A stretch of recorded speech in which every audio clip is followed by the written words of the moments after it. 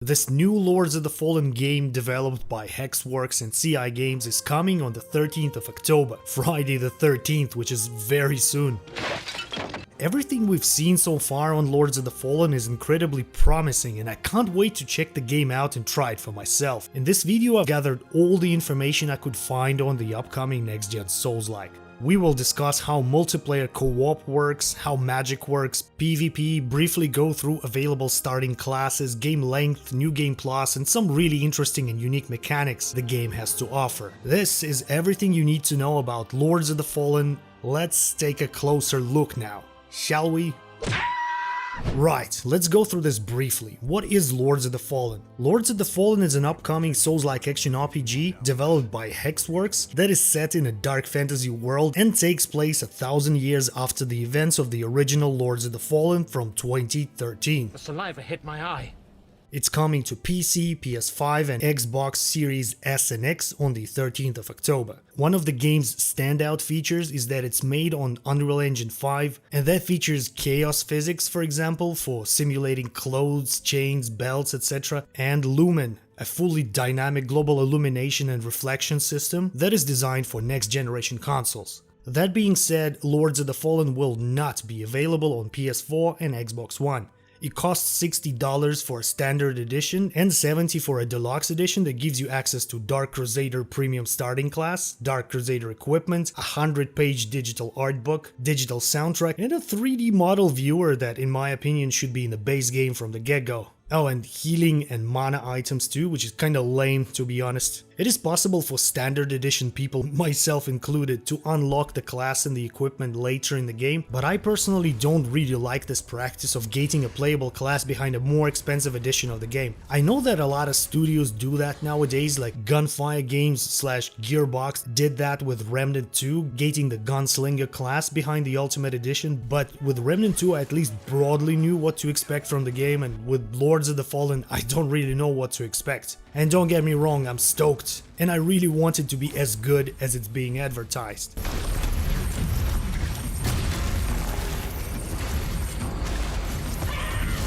And before we get to the meat, if you're enjoying the content I make but haven't yet subscribed, give me a sub now. It will massively help me get this and other videos out there for more people to watch. I mostly focus on Souls-like action RPGs, but sometimes review and play other games, like I'm a big fan of Resi series for example, and I also stream 3 times a week here on YouTube, Wednesday, Thursday and Friday. Iframes? Iframes! Ah, holy iframes! I start at around 1 PM EST. And here's another thing, you can now become a member of the channel if you want to support me further. That gives you custom channel emotes, members only polls to decide what we play next on streams, and in the near future we'll give you early access to the videos. Cheers! In Lords of the Fallen there will be 10 classes to choose from. Blackfeather Ranger, a ranged archetype with 2 types of arrows at their disposal. Condemned, I believe it's Lord's version of deprived wretches waste of skin, and they use their poop buckets as fist weapons. This fact alone makes me want to play as the Condemned on my first playthrough. Stop by to watch it live. I don't have a weapon! That's a weapon. Next up we have the Exiled Stalker, a roguish type with twin daggers and the ability to coat their weapons with poison. Hallowed Knight, a classic sword and board archetype. Mornstead Infantry, long melee range, ranged javelin tossing. Orion Preacher, Radiance-based character, a priest of sorts. Partisan, a Mornstead champion sporting a flail and a crossbow.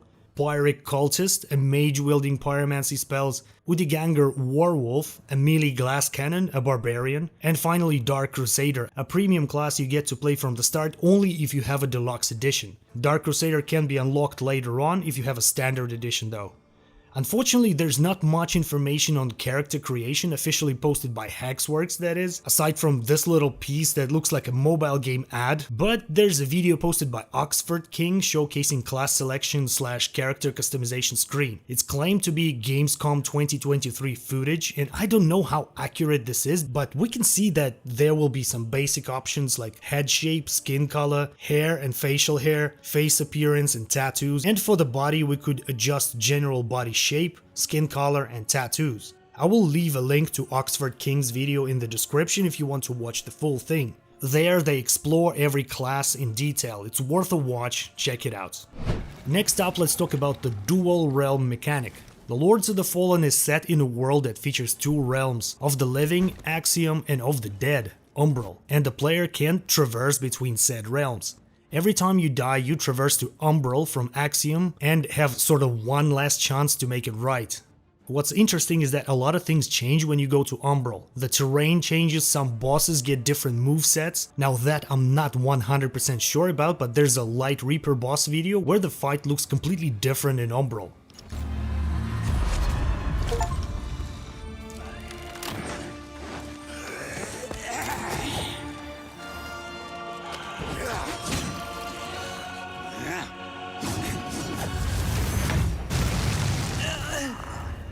That being said, you can go to Umbral whenever you want. You don't have to die by the sword, so to speak. In Umbral, the terrain shifts and you can reach places you otherwise couldn't. Before traversing, you can peek into the world of the dead using your lamp.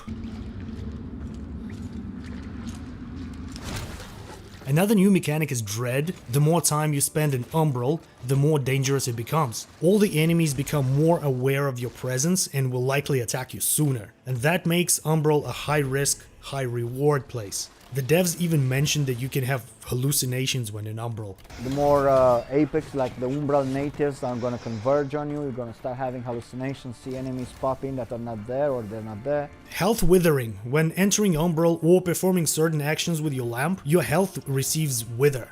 Some portion of your health becomes grayed out, and to recover it you need to attack enemies. However, you lose it instantly if you're hit. It's quite similar to a rally mechanic from Bloodborne and Lies of P. I'd say, if done right, it's a great complement to fast-paced combat, where you have to decide either to be as aggressive as possible to restore your health back, or to play it safe using a ranged weapon or something. Blocking also withers your health instead of depleting your stamina, as well as parrying. Parrying in Lords of the Fallen damages enemies' posture. Every enemy have their own posture meter, and once it's broken, you can perform a grievous strike. As far as I know, almost every boss can be parried, but since most of them have high posture, you will have to parry them multiple times before being able to perform a riposte. Soulflay. This ability lets you extract the souls of the enemies to either deal massive damage to them or to throw them off ledges. Soulflay requires Soulflay charges that can be recovered by siphoning these things, called Umbral Blisters. You can also use Soulflay to manipulate the environment, but it is confirmed that environment manipulation with Soulflay doesn't require a charge. Spawn points in Lords of the Fallen are called Vestiges. There are pre-made Vestiges called Ancient Vestiges, and the optional ones you can craft. Vestiges are spawn points that can also be used to level up and warp between discovered locations. One of the game's main selling points, in my opinion, is seamless co-op, so let's talk about that. We don't have many Souls-like games with decent co-op, unfortunately. We have what? Remnant 1 and 2, if you consider them Souls-likes at all. We have Ashen, we have Elden Ring Seamless Co-op mod, and that's pretty much it. I remember somebody mentioning Hellpoints, but I haven't checked it out yet. If you know any other co-op Souls-likes, drop them in the comments. So, Lords of the Fallen introducing decent co-op mechanics with no annoying fog walls and a tedious process of resummoning your mates when they fall is fantastic news. In the Lords, it's a two-player only seamless sorta drop-in, drop-out thing. The host is in control of the world state, all the mechanisms and NPC interactions. Guests can only pick up whatever loot drops, level up at Vestiges and interact with vendors. They also cannot engage in quests. When a guest dies in Axiom, they enter spectator mode, and the host can resurrect them on the spot by interacting with an effigy that is spawned upon their death. Devs say it takes quite some time to resurrect your fallen body, so the decision to resurrect on the spot is rather a tactical one. Otherwise, both players respawn at the last visited vestige, crafted or otherwise. Interestingly enough, cross-platform is supported, but the host keeps the loot and the XP and only shares gameplay. Not ideal, but much better than nothing. It has been revealed that PvP will also be available in the form of invasions. Invasions will take place everywhere in the world, and there will be PvP designated areas sprinkled throughout. The invader arrives relatively close to the host to facilitate quick engagements. The invader has only one life, and if killed they won't resurrect in Umbral. Only the host controls that realm, which means that if the invader is standing on the Umbral-only structure and the host happens to be next to an effigy of emergence and switches the realm back to Axiom, said invader will swiftly go on a date with gravity. Now let's talk magic. There are three main schools of magic in Lords of the Fallen: Rugar, Radiant, and Umbral. Rugar is pyromancy based and mostly offensive. Radiant spells are focused more on buffs and heals for the most part, but there are ways to deal damage with Radiant spells too, like these lightning bolts and beams. When it comes to Umbral spells, they seem quite slow to cast, but definitely pack a punch by the looks of it. You can also coat your weapons with Umbral magic and cast Umbral bombs. We also know that there are two core stats when it comes to magic: Infernal for Rugar and Radiance for Radiant. Wow. Apparently. Umbral scales with both of them combined, which is very cool, knowing that, again, according to the devs, there are locations with enemies resistant to a certain school of magic. For example, the first location has enemies that are fire resistant, and that will probably result in pyric cultists being slapped around quite a bit in the beginning of the game. Later on though, you meet less fire resistant enemies. When it comes to getting new spells, you can find them in chests or just scattered around as loot, but also there's a certain percentage chance for enemies to drop their spells on death. Hexworks assure that every spell you see, you kinda can learn. For example, you can soulflay boss remains to get an item that can be exchanged for a boss weapon or a slightly altered version of the spell the boss was using. Also, there are secondary types of magic: frost and poison. They can be applied to weapons or thrown as bombs. When asked about Lords of the Fallen's length, Gascon responded that it usually takes the developers about 25 hours to complete one playthrough. However, they benefit from having made the game, and they expect new players to spend a bit over 30 hours on average. On top of that, it's confirmed that there will be a new game plus. We have quite a few surprises waiting for players. Just as a brief one, you've seen that you have the ancient vestiges that are always there, and you have vestige seedlings that you can build yourself. So in New Game Plus, there's only one ancient vestige, and any vestige you want, you need to build it yourself.